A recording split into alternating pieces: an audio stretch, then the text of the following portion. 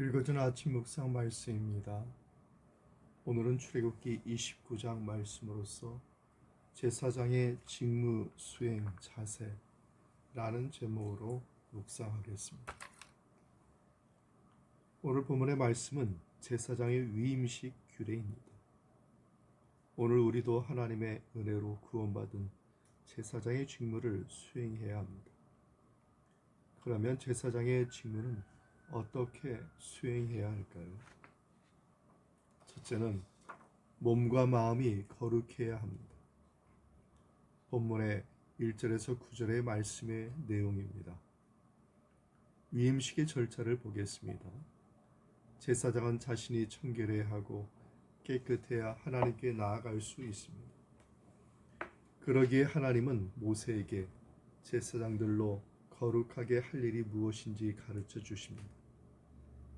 하나님은 먼저 제사장이 자신을 위해 속죄제의 제물을 준비하라고 하십니다.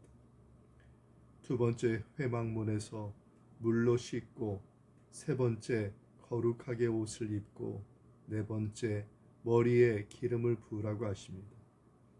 이렇게 하여 제사장의 직분이 맡겨졌습니다. 아무리 깨끗하고 값진 재료로 만든 예복이라 할지라도 그 자체로는 거룩하지 않습니다. 성막도 그렇고 아론이나 그 아들들도 마찬가지입니다. 거룩할 수 없습니다. 참된 대제사장이신 그리스도는 완전하고 거룩하신 분이시기에 예식이 필요 없지만 우리 인간은 그렇지 않습니다. 그러므로 제사장은 거룩하신 하나님께로 나아가는 자이므로 그 자신이 먼저 거룩하고 정결해야 합니다. 그렇습니다. 하나님은 섬기는 제사장의 자격은 몸과 마음의 거룩입니다. 우리는 거룩하기 위해 얼마나 노력하고 있습니까? 거룩하게 되려면 하나님의 말씀을 듣고 배우고 기도해야 하는데 이를 얼마나 열심히 행하고 있습니까? 우리는 주님의 제사장으로서 몸과 마음이 거룩하도록 살아야겠습니다. 둘째는 먼저 하나님의 은혜를 덧입어야 합니다. 본문 10절에서 28절 말씀 내용입니다. 제사장은 자신이 죄가 있으면 안 됩니다. 아론과 그 아들들은 죄인들로서 다른 사람을 위한 중보자로 제사장 직분을 감당할 수 없습니다. 때문에 우선적으로 자신이 먼저 하나님의 은혜를 체험해야 합니다. 그러려면 자신이 용서받기 위해 먼저 숫송아지로 속죄제를 드려야 합니다. 이것은 자신의 죄를 용서받기 위해서입니다. 두 번째 순양으로 번제를 드려야 합니다. 번제는 제물을 몽땅 불태우는 제사로서 완전한 헌신을 의미합니다. 우리도 처음 하나님을 섬기기 위해 부르심을 받을 때 하나님께 번제로 드려졌습니다. 우리는 아직도 세상적인 방법으로 살고 있지는 않습니까? 바쳐진 제물답게 행하고 있습니까? 세 번째 다른 순양으로 화목제를 드려야 합니다. 제물의 남은 부분을 버리지 않고 성별하셨습니다. 우리도 내가 맡은 일을 누가 알아주지 않는다 해서 무가치하게 생각하지 말아야 합니다. 아무렇게나 여기지 말아야 합니다. 왜 그렇습니까? 하나님이 성별해 주셨기 때문입니다. 네 번째, 순양을 요제, 거제로 드려야 합니다. 특히 가슴은 요제, 좌우로 흔들어 받침으로, 뒷다리는 거제, 상하로 흔들어 받침으로 바쳐졌습니다. 동작과 움직임은 부지런히 하나님을 섬기는 것을 뜻합니다. 바른 봉사와 헌신은 부지런히 움직이고 활동해야 합니다. 예수님은 주무실 시간도 없이 바쁘게 활동하셨습니다. 영혼을 구원하기 위해 피곤하셨습니다. 우리는 예수님처럼 매사에 부지런히 활동하고 있습니까? 먼저 하나님의 은혜를 입는 삶을 살아야겠습니다.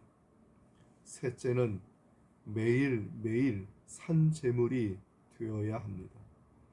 본문 29절에서 46절 말씀 내용입니다. 아론이 위임받은 제사장 직분은 후손들에게만 대대로 계승됩니다. 이러한 위임식 절차는 7일 동안 계속되는데 제사장은 위임식 절차가 끝나면 임명을 한다 하는 뜻에서 순양을 취하여 성막에서 삶아서 고기와 떡을 먹으라고 하셨습니다. 그리고 제단도 거룩하게 하라고 하셨습니다. 하나님은 매일 1년 된 어린 양 2마리를 아침 저녁에 한 마리씩 회막문에서 번제로 드리라고 하셨습니다. 이것은 특별한 날뿐 아니라 매일매일의 삶을 헌신하는 것을 말합니다.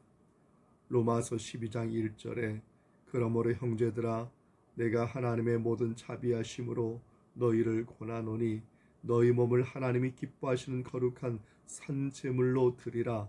이는 너희가 드릴 영적 예배니라 하셨습니다.